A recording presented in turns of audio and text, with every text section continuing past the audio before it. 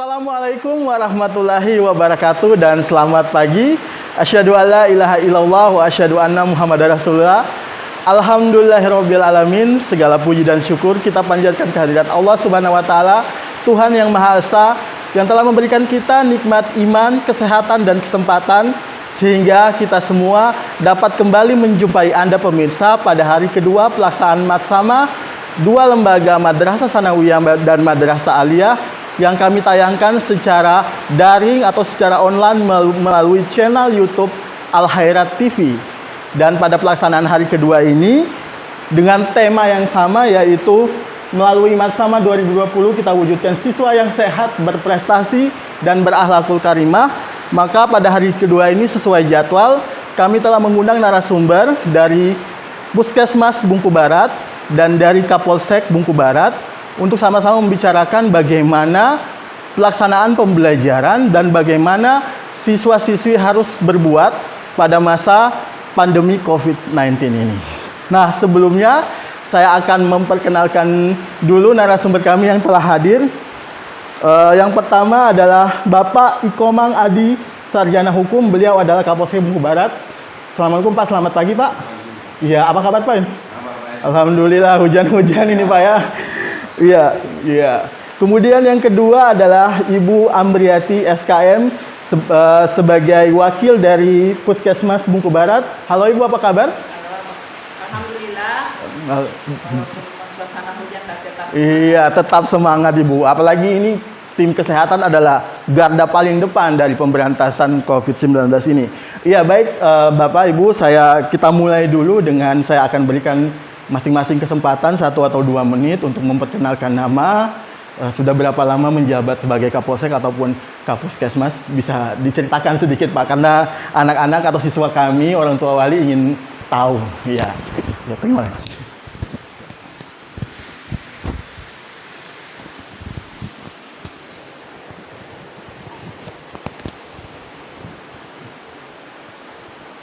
Baiklah, terima kasih atas kesempatan yang diberikan kepada saya. Assalamualaikum warahmatullahi wabarakatuh. Salam sejahtera untuk kita semua. Om Swastiastu. Baiklah, pada kesempatan ini saya merasa bersyukur sudah diundang ke MA Al Khairat Desa Wosu ini untuk sebagai narasumber dalam acara Matsama tahun 2020. Kita wujudkan siswa yang sehat, berprestasi, berakhlakul karimah. Ya.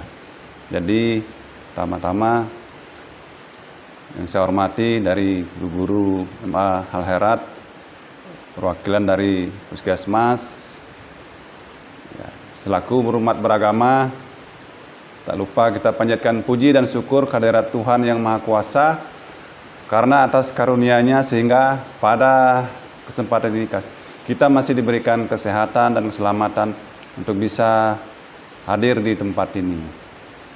Baiklah, saya akan memperkenalkan diri. Nama saya Komang Adi, Sarjana Hukum, pangkat saya Ibda, NRP 82090027, agama Hindu, status K2, istri 1 anak 2. Ya, alamat sekarang asrama polisi Polsek Bungku Barat. Kalau alamat rumah tempat tinggal di Desa Mertasari, Kecamatan Parigi, Kabupaten Parigi Motong. Jadi sebelumnya saya bertugas di Polres Parigi Motong. Ya, jabatan sebelumnya saya Kaurbin Ops Satuan Reserse Narkoba Polres Parigi Motong. Saya bertugas di sana kurang lebih 15 tahun di Parigi Motong. Nanti dari tahun 2020 baru menginjak di Morowali, tugasnya sebagai Kapolsek Kecamatan Bungku Barat sampai dengan sekarang. Jadi untuk selanjutnya itu saja mungkin perkenalan singkat saya.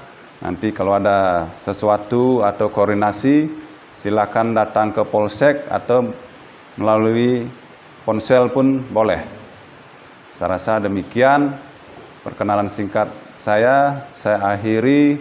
Assalamualaikum warahmatullahi wabarakatuh. Salam sejahtera. Om Santi Santi Santi Om. Terima kasih. Terima kasih, Pak. Selanjutnya mungkin di mic-nya. Sengaja supaya suara hujannya nggak masuk. Jernih suaranya kalau dekat. Ditaruh di bawah.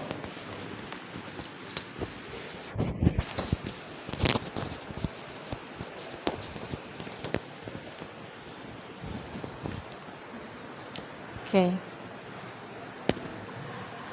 Ya, terima kasih. Assalamualaikum warahmatullahi wabarakatuh. Selamat pagi, salam sehat untuk kita semua.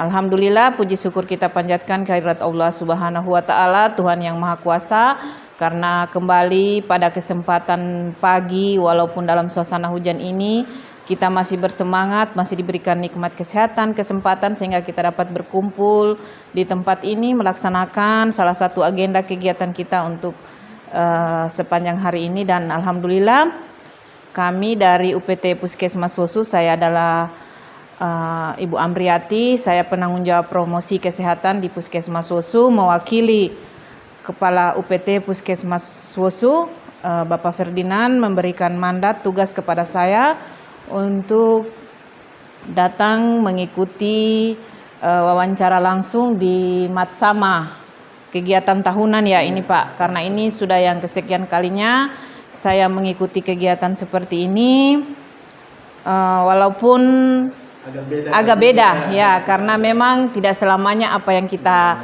inginkan, yang harapkan itu selalu seperti yang kita planning atau kita rencanakan, tetapi jangan menjadi landasan atau hambatan buat kita untuk tidak berbuat ya. Itu saya bertanggung jawab sebagai promosi kesehatan di Puskesmas Wosu itu sudah sejak 5 tahun. Saya ditugaskan sebagai penyuluh. Saya juga melaksanakan tugas saya, datang ke tempat-tempat sekolah itu sudah setiap tahun ini kegiatan kami laksanakan. Sebelumnya saya adalah bidan desa di Desa Wosu, di beberapa desa yang ada di wilayah kerja UPT Puskesmas Wosu. Kemudian saya kembali ditugaskan sebagai penanggung jawab promosi kesehatan. Mungkin sekian, kalau ada yang ingin ditanyakan nanti boleh kita berbincang-bincang langsung, atau boleh juga kita koordinasi ke puskesmas. Kalau ada hubungannya dengan saya akan langsung ketemu dengan Bapak. Terima kasih. Terima kasih. Ya. Saya pinjam. Nanti ini ada pengeditan juga. Keterbatasan alat. Iya.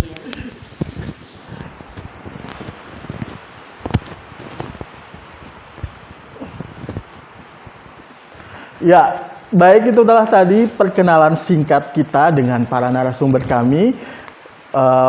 Pembicaraan ini nanti akan sangat menarik, namun sebelumnya saya ingatkan kembali bahwa siswa-siswi dan orang tua wali siswa silakan untuk selalu memantau channel TV YouTube di channel Al Khairat TV untuk memantau kegiatan Matsama kami yang kami lakukan secara online atau secara daring. Hal ini dilaksanakan terkait protokol COVID-19 yang tidak boleh sama sekali, ya ada edaran dari Pak Gubernur ya Bapak dan Ibu bahwa tidak boleh sama sekali kita mengumpulkan siswa terkait keadaan sekarang ini. Namun anak-anakku jangan patah semangat, kita tetap berusaha untuk menyajikan pembelajaran walaupun dari rumah melalui tentunya teknologi. Baik, kita akan langsung saja kepada Ibu Bidan dulu. Saya minta tolong untuk mungkin anak-anak ini banyak yang baru, Ibu ada yang baru daftar dari SMP, ada yang kelas 2, kelas 3, sudah mendengar tentang COVID ini. Tapi mungkin lebih jelasnya, lebih afdol kalau ada yang menjelaskan dari orang kesehatan itu. Apa sih COVID itu, bagaimana penyebarannya, kenapa kita tidak bisa sekolah ya, mungkin itu. Atau ada yang masih bandel, anak-anak masih bandel berkeliaran tidak pakai masker. Mungkin Ibu bisa kasih penjelaskan juga ke orang tua tentang bahaya COVID-19. Disilahkan. Bahaya ini alat ini. Ya, terima kasih untuk pertanyaannya. Saya akan coba menjawab. Namun sebelumnya saya yakin dan percaya ini anak-anak siswa di rumah, kemudian orang-orang tua, kemudian sudah banyak mendengar baik lewat online, membuka HP karena semua sudah pegang HP di rumah. Mudah-mudahan HP-nya jangan dipakai main game saja ya, karena saya punya anak di rumah jadi saya tahu. Ya, oke. Jadi virus corona ini adalah virus yang menyerang saluran pernafasan atas atau biasa disebut dengan COVID-19. Kenapa disebut COVID-19? Karena dia ada di bulan Desember tahun 2019. Pertama ditemukan itu di Cina, di Wuhan ya. Kemudian menyebar ke seluruh dunia termasuk di Indonesia, dan update baru yang data terbarunya itu sampai kita di Indonesia sudah sekitar 70.000 sekian yang menderita COVID-19. Jadi virus ini menyerang saluran pernafasan. Ada yang ringan sampai ada yang berat. Jadi sampai sekarang tidak ditahu penyebabnya itu virusnya dari mana. Yang kita dengar kemarin bahwa itu dari binatang, tetapi sampai sekarang belum ada yang bisa penelitian, karena ini tentu butuh penelitian setiap saat untuk mengupdate data. Jadi Penyebarannya melalui apa ini? Kalau untuk penyebarannya ini dia melalui droplet ya, melalui cairan yang keluar dari penderita, kemudian ditularkan kepada orang yang ada di sekitarnya. Yang kedua, misalnya saya menderita COVID-19, kemudian saya tidak memakai masker, kemudian secara kasarnya air liur saya jatuh di meja, kemudian kita bicara sederhana saja ya, menjelaskan secara sederhana karena kita berhadapan dengan anak-anak, bahwa air liur yang keluar di meja, kemudian ada yang datang memegang, yang memegang ini kemudian tidak mencuci tangan, kemudian memegang mata, mulut, kemudian hidung, itu otomatis akan tertular ya. Kemudian mereka yang sering kontak dengan penderita secara terus menerus kemudian dalam waktu yang lama, otomatis itu akan tertular. Kemudian bagaimana daya tahan tubuh seseorang menerima penularan virus itu tergantung dari daya tahan tubuhnya. Kenapa kita mewaspadai ini? Mungkin kalau macam Pak Takdir mungkin daya tahan tubuhnya masih kuat. Otomatis kalau Pak Takdir terpapar dengan ini mungkin bisa sembuh, tidak parah, bahkan mungkin tidak menimbulkan gejala. Walaupun di dalam tubuhnya Pak Takdir sudah ada virus. Tetapi yang kita takutkan jangan sampai Pak Takdir membawa virus itu kepada orang-orang yang rentan terhadap penularan virus ini seperti lansia, ibu hamil, orang dengan penyakit yang mempunyai penyakit menahun seperti TBC, kemudian darah tinggi, penyakit gula, kemudian penyakit lain-lain yang mungkin sudah lama diderita ditambah dengan virus akhirnya memperparah penyakitnya itu. Kemudian hubungannya dengan kenapa kita tidak boleh ke sekolah. Jadi anak-anak semua tetap semangat walaupun kita belajar di rumah, karena belajar itu sebenarnya di mana saja. Kenapa kita dilarang datang ke sekolah? Karena sekolah itu tempat komunitas orang banyak. Otomatis penularan penyakit tersebut, virus corona ini akan cepat tersebar di situ. Kalau sudah satu orang yang kena, otomatis itu akan jadi wabah atau kejadian luar biasa yang bisa diprediksi itu akan banyak yang kena. Ya, makanya kita disuruh stay at home, belajar di rumah. Tentunya ini salah satu usaha dari pemerintah bagaimana caranya memutuskan tali rantai penularan dari penyakit corona ini atau COVID-19. Jadi tetap semangat ya, jangan pernah patah semangat ya, putus asa, karena walaupun masuk tahun ajaran baru kita tetap belajar di mana saja. Mungkin itu saja dulu penjelasan, nanti kita. Terima kasih penjelasannya. Ya. Saya pinjam lagi. Iya, dan selanjutnya saya mau beralih ke Pak Kapolsek ini, Bapak. Ya meskipun saya dengar masih baru ya Pak di sini ya, baru 1 bulan. Iya. Yang ingin saya tanyakan dari Kapolsek sendiri, dari masalah keamanan, ini apa sih yang diberikan tanggung jawab oleh pemerintah atau usaha-usaha apa yang dilakukan untuk kemudian menyadarkan masyarakat bagaimana cara hidup sehat atau memakai masker, atau apakah masih boleh berkumpul di tempat umum atau keadaan ini belum boleh Pak? Nanti coba dijelaskan.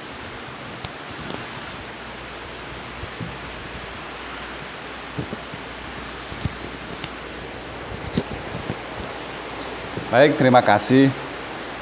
Saya akan menjelaskan, jadi tugas kepolisian itu kita bekerja sama dengan pemerintah daerah, misalnya dari pihak kecamatan untuk tingkat polsek dengan kecamatan, dengan puskesmas, dengan kecamatan, kita memberikan sosialisasi kepada masyarakat di pertemuan atau dimanapun melihat masyarakat yang berkumpul, kita memberikan sosialisasi untuk mengikuti anjuran pemerintah, yaitu protokol kesehatan. Itu ada 4. Ya, selalu pakai masker, cuci tangan, jaga jarak. Kalau tidak terlalu penting urusannya, tidak usah keluar. Jadi makanya itu ada di belajarnya di rumah gitu, tidak perlu ke sekolah. Jadi kegiatan kepolisian kita melakukan patroli dimanapun, kita selalu memberikan sosialisasi 4 protokol kesehatan itu untuk selalu dipatuhi. Jadi dimanapun ada masyarakat, kita selalu menghimbau. Pada dasarnya sehat itu mulai dari diri kita. Ya, kemudian ya dengan kita mematuhi protokol kesehatan, kita bisa menyelamatkan orang lain, menjaga kesehatan orang lain juga. Awalnya dari diri kita sendiri, disiplin diri, seperti itu Pak. Jadi kalau terkait izin keramaian Pak, masih bisa atau bagaimana? Untuk izin keramaian untuk saat ini, karena khususnya ya di Morowali saya rasa semua mungkin seperti itu. Jadi untuk saat ini izin keramaian belum bisa, karena berkumpul itu dilarang. Kalau hajatan mungkin akad nikah seperti itu bisa, tapi dibatasi minimal dia 20 orang.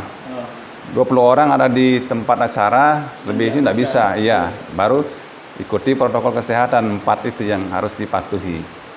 Saya rasa itu mungkin yang bisa saya sampaikan. Mungkin saya kembalikan ke moderator.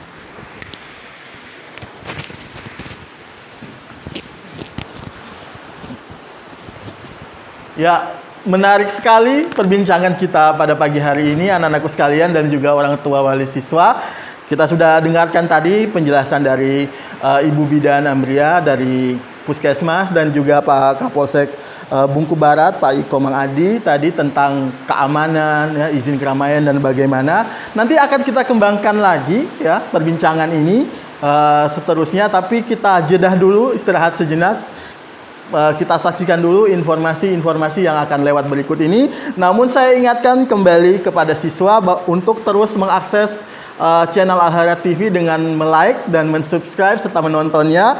Kemudian ada tugas yang diberikan oleh guru terkait tayangan hari ini, yaitu nanti kalian bisa kirimkan ke WA grup kelas masing-masing yang tadi ada pengertian COVID-19, kemudian tadi dari Pak Kepolisian sudah menjelaskan tentang 4 hal yang menjadi protokol, itu kalian catat ya, dan nanti bisa dikumpulkan sebagai bukti bahwa kalian melaksanakan belajar dari rumah. Dan kita kembali lagi selepas yang berikut ini, jangan kemana-mana.